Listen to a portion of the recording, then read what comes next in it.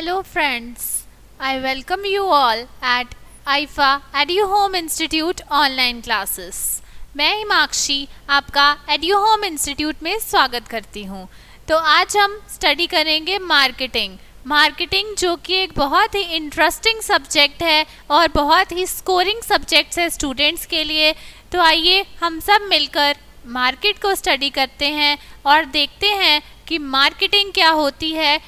तो इसके previous lecture में हमने किया था मार्केटिंग की इंट्रोडक्शन, इसके concepts, basic features and nature of marketing. तो आज हम करने जा रहे हैं बेनिफिट्स ऑफ मार्केटिंग और फर्दर इसको हम और डिटेल में स्टडी करेंगे जिसमें हम मार्केटिंग के कंसेप्ट स्टडी करेंगे। तो आइए हम सब मिलकर मार्केटिंग के बेनिफिट्स को स्टडी करते हैं। So marketing, you all know कि कस्टमर और प्रोड्यूसर के बीच में एक लिंक का काम करती है। It is a belt means एक लिंक का काम करती है between producer and the consumers. तो मार्केटिंग का बेनिफिट्स क्या हैं हम आगे देखते हैं। Benefits to the society means लोग जिनके साथ हमने डील करना है, जिनको हमने अपनी प्रोडक्ट्स और सर्विसेज बेचनी है। तो सोसाइटी के साथ हमारी डायरेक्ट इंटरेक्शन है। सोसाइटी में हमारे कस्टमर्स आएंगे, हमारे एम्प्लॉयज़ आएंगे, हमारे साथ डील करने वाले हमारे कॉम्पिटिटर्स, हमारे बिजनेस एसोसिएट्स, वो सब आएंगे। और on an society means public on an large. तो इसमें सोसाइटी को क्या बेनिफिट्स है मार्केटिंग का, तो ये हम स्टडी करेंगे। It is an instrument to uplift the living standard of teeming millions. As आपको पता है कि वर्ल्ड की पॉपुलेशन काफ़ी ज़्यादा है, यहाँ पे काफ़ी ज़्यादा लोग रहते हैं। तो लोगों का जो लिविंग स्टैंडर्ड है वो इंक्रीज़ हो रहा है। क्योंकि प्रोड्यूसर ने प्रोडक्ट्स कंज्यूमर की नीड्स के अकॉर्डिंग, डिमांड्स के अकॉर्डिंग, उनके प्रेफरेंसेस के अकॉर्डिंग बनाने स्टार्ट कर दिए हैं। पहले सिंपल कार्स होती थी, अब लग्जरियस कार्स हैं। They are designed according to needs and desires of the consumers. इसी तरह से हम कई एग्जांपल्स देखते हैं, मोबाइल फ़ोन्स, हाउसेस, ये सारी चीज़ें जो कि पहले बहुत सिंप्लिसिटी पे थी, लेकिन अब इनके जो फीचर्स हैं ये बहुत ही एडवांस लेवल पे आ चुके हैं और जिनसे लोगों का लिविंग स्टैंडर्ड जो है वो काफ़ी इंक्रीज़ हो गया है। उसके बाद it provides gainful employment opportunities. Employment opportunities means marketing increase होने से कई सारे sector like banking, transportation, insurance, communication, इन सब सेक्टर्स में जो ग्रोथ हुई है उनमें एम्प्लॉयड होने वाले लोगों को, उन सेक्टर्स में जो लोग जॉब्स करते हैं उनके लिए एम्प्लॉयमेंट अपॉर्चुनिटीज़ जनरेट हुई हैं। एम्प्लॉयमेंट अपॉर्चुनिटीज़ मीन्स जहाँ पे वो जाके जॉब करके मनी अर्न कर सकते हैं। तो इससे जो कंट्री की ओवरऑल जो डेवलपमेंट हुई है और सोसाइटी का वेलफेयर हुआ है, क्योंकि लोगों को जॉब मिली, उनकी अर्निंग हो रही है और उनका लिविंग स्टैंडर्ड है वो काफ़ी अपलिफ्ट हो गया है। उसके बाद है it stabilises the economic conditions. अब गुड्स और सर्विसेज का कॉन्टिन्यूटी में एक फ्लो चल रहा है। मींस अब रेगुलर प्रोडक्शन हो रही है और कंजम्पशन हो रही है, उससे मनी का कॉन्टिन्यूस फ्लो हो रहा है। उससे इकोनॉमी जो है उसकी कंडीशंस जो है वो इम्प्रूव हो रही हैं और एक स्टेबल इकोनॉमी की तरफ हमारा कंट्री जो है वो बढ़ रहा है। आज आपने देखा होगा मिलियंस ऑफ कंपनीज इंडिया के साथ डील कर रही हैं, इंडिया में अपने प्रोडक्ट्स की सेल कर रही हैं और इंडिया की भी कई कंपनीज वर्ल्ड वाइड अपने प्रोडक्ट्स की मार्केटिंग कर रही हैं। उसके बाद आ जाता है बेनिफिट्स टू इंडिविजुअल फर्म्स। अब एक कंपनी जो पहले मार्केटिंग नहीं करती थी, सिंपली अपने प्रोडक्ट्स की सेलिंग करती थी, अब उसको मार्केटिंग से क्या बेनिफिट हुए ये हम इसमें स्टडी करेंगे। It enables the firm to earn more profits. पहले उसके प्रोडक्ट्स की अवेयरनेस ही नहीं थी लोगों को पता ही नहीं था कि कौन कौन से न्यू फीचर्स आए हैं मार्केट में जो कि उसके प्रोडक्ट में अवेलेबल हैं और उसकी जो नीड है वो उसको फुलफ़िल कर सकते हैं।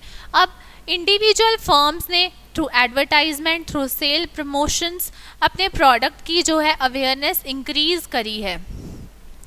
तो इससे क्या हुआ है, कंपनीज की जो प्रॉफिटेबिलिटी है means difference between selling price और कॉस्ट प्राइस वो इंक्रीज हुआ है। अब कंपनीज ज़्यादा अर्न करने लगी हैं as compare to earlier years.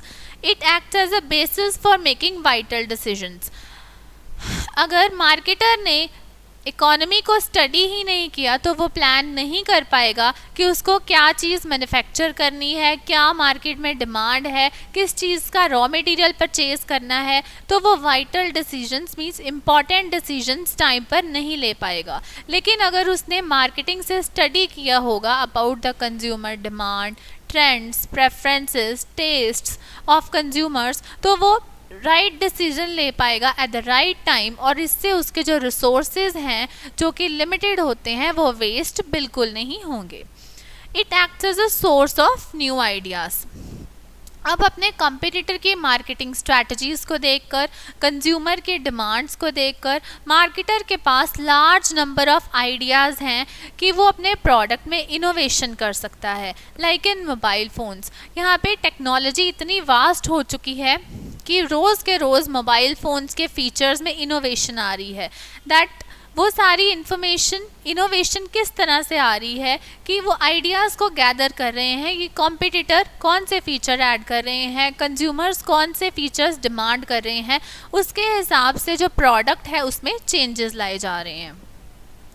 उसके बाद वेरी इंपॉर्टेंट कंसेप्ट जो हम पढ़ने जा रहे हैं that is marketing concept.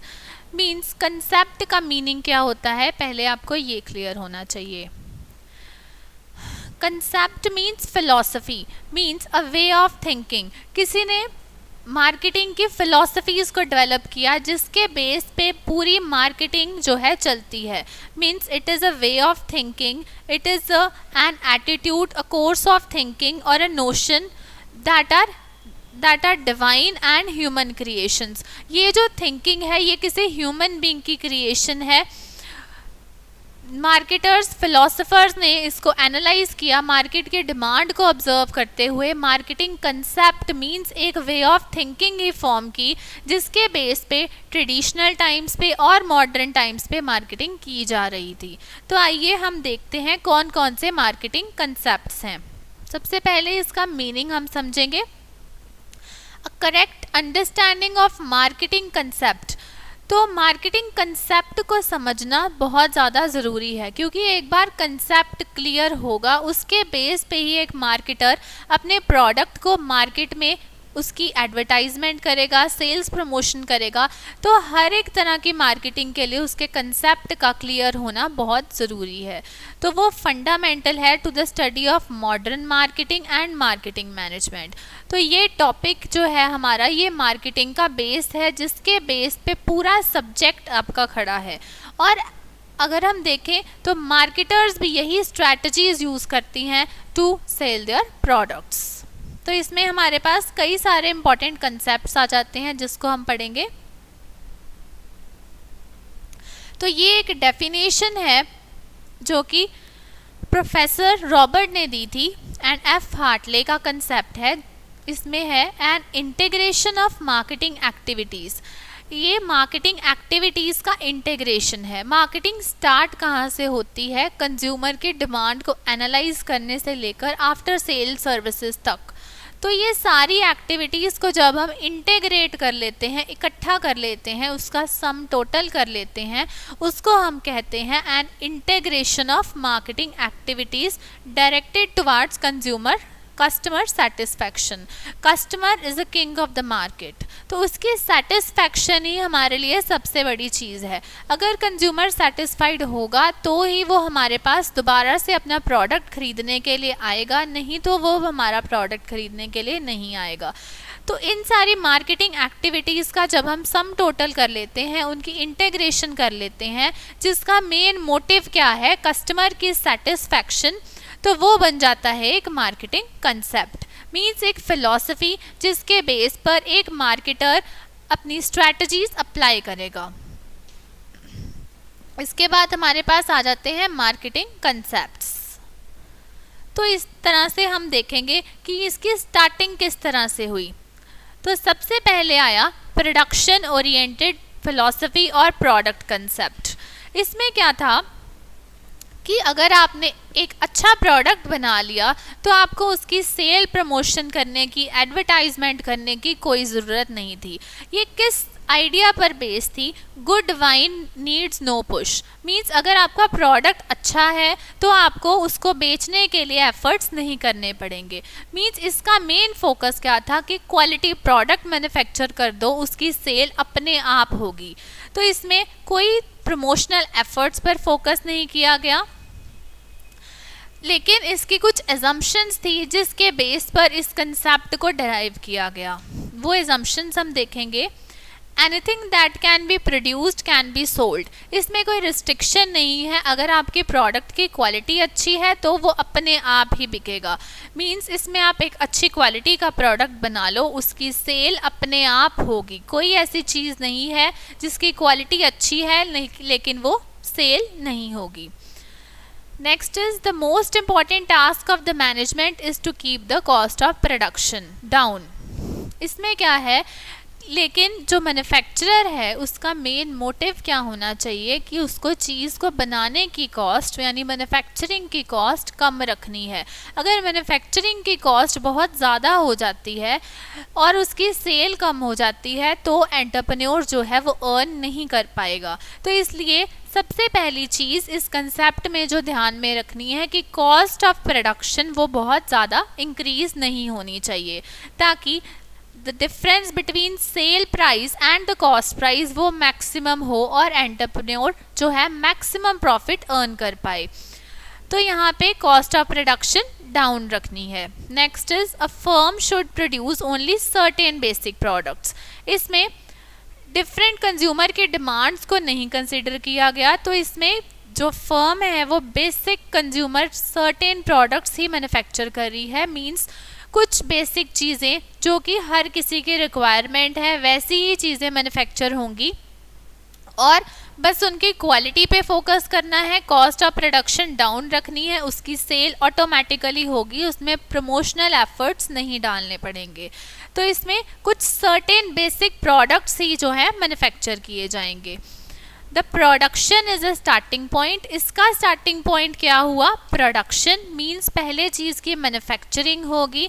The product acceptability occurs means product को लोग एक्सेप्ट करेंगे, लोगों को पता चलेगा हाँ जी ये प्रोडक्ट मार्केट में आया है, उनको अवेयरनेस आएगी after the product is produced. उसके बाद प्रोडक्ट मैन्युफैक्चरिंग के बाद लोगों को पता चलेगा इस प्रोडक्ट के ये फीचर्स हैं, ये क्वालिटी है और ये इसका प्राइस है।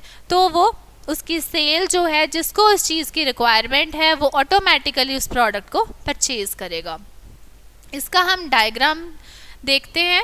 ये बहुत इंटरेस्टिंग डायग्राम है जिसको आपको देख के ही इस कंसेप्ट की क्लैरिटी हो जाएगी। Means good product is equals to good sales. अगर आपका प्रोडक्ट अच्छा है तो उसकी सेल जो है वो ऑटोमेटिकली अच्छी होगी। मीन्स क्वालिटी प्रोडक्ट मैन्युफैक्चर कर दो, sale will automatically take place.